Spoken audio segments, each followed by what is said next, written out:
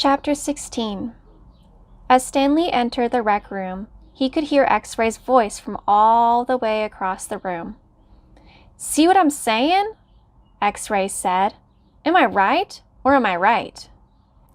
The other bodies in the room were little more than bags of flesh and bone dumped across the broken chairs and couches. X-Ray was full of life, laughing and waving his arms around as he talked. "Yo, caveman, my man!" he called out. Stanley made his way across the room. "Hey, slide on over, Squid," said X-Ray. "Make room for the caveman." Stanley crashed on the couch. He had looked for a hidden camera in the shower. He hadn't seen anything, and he hoped the warden hadn't either. "What's the matter?" asked X-Ray. "You guys tired or something?" He laughed. "Hey, keep it down, will you?" groaned Zigzag. "I'm trying to watch TV." Stanley glanced uncertainly at Zigzag, who was staring very intently at the busted television screen. The warden greeted the boys at breakfast the next morning and went with them to the holes. 4 dug in the holes and 3 tended to the wheelbarrows. "Glad you're here, X-Ray," she said to him. "We need your sharp eyes." Stanley spent more time pushing the wheelbarrow than digging, because he was such a slow digger. He carted away the excess dirt and dumped it into previously dug holes. He was careful not to dump any of it into the hole where the gold tube was actually found. He could still see the tube in his mind. It seemed so familiar, but he just couldn't place it. He thought that it might have been the lid to a fancy gold pen. K.B. would have been the initials of a famous author. The only famous authors he could think of were Charles Dickens, William Shakespeare, and Mark Twain. Besides, it didn't really look like the top of a pen. By lunchtime, the warden was beginning to lose her patience. She made them eat quickly so they could get back to work. "If you can't get them to work any faster," she told Mr. Sir, "then you're going to have to climb down there and dig with them." After that, everyone worked faster, especially when Mr. Sir was watching them. Stanley practically ran when he pushed his wheelbarrow. Mr. Sir reminded them that they weren't Girl Scouts. They didn't quit digging until after every other group had finished.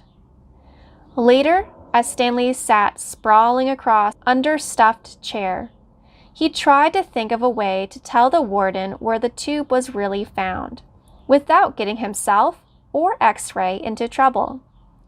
It didn't seem possible. He even thought about sneaking out at night and digging in the hole by himself. But the last thing he wanted to do after digging all day was to dig at night too. Besides, the shovels were locked up at night, presumably so they couldn't be used as weapons. Mr. Podensky entered the rec room. "Stanley," he called, as he made his way to them. "His name's Caveman," said X-Ray.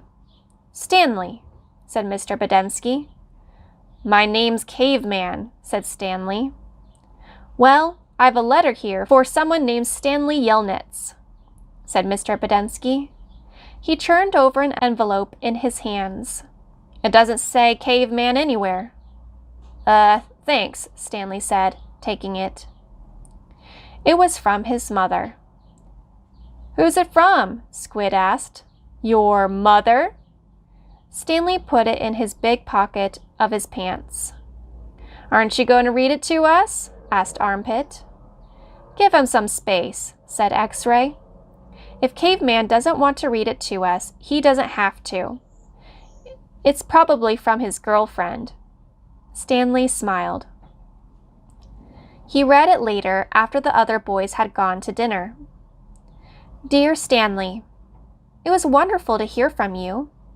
Your letter made me feel like one of the other moms who can afford to send their kids to summer camp.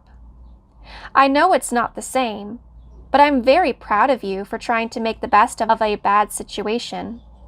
Who knows? Maybe something good will come of this. Your father thinks he is real close to a breakthrough on his sneaker project. I hope so. The landlord is threatening to evict us because of the odor. I feel sorry for the little old lady who lived in a shoe. It must have smelled awful. Love from both of us. What's so funny? Zero asked. It startled him. He thought Zero had gone to dinner with the others. Nothing, just something my mom wrote. What'd she say? Zero asked. Nothing. Oh, sorry, said Zero. Well, see, my dad is trying to invent a way to recycle old sneakers. So the apartment kind of smells bad because he's always cooking these old sneakers. So anyway, in the letter my mom said she felt sorry for the little old lady who lived in a shoe, because it must have smelled bad in there. Zero stared blankly at him. You've heard the nursery rhyme about the little old lady who lived in a shoe? No. Stanley was amazed. How does it go? Asked Zero. Didn't you ever watch Sesame Street? Stanley asked. Zero stared blankly. Stanley headed on to dinner. He would have felt pretty silly reciting nursery rhymes at Camp Green Lake.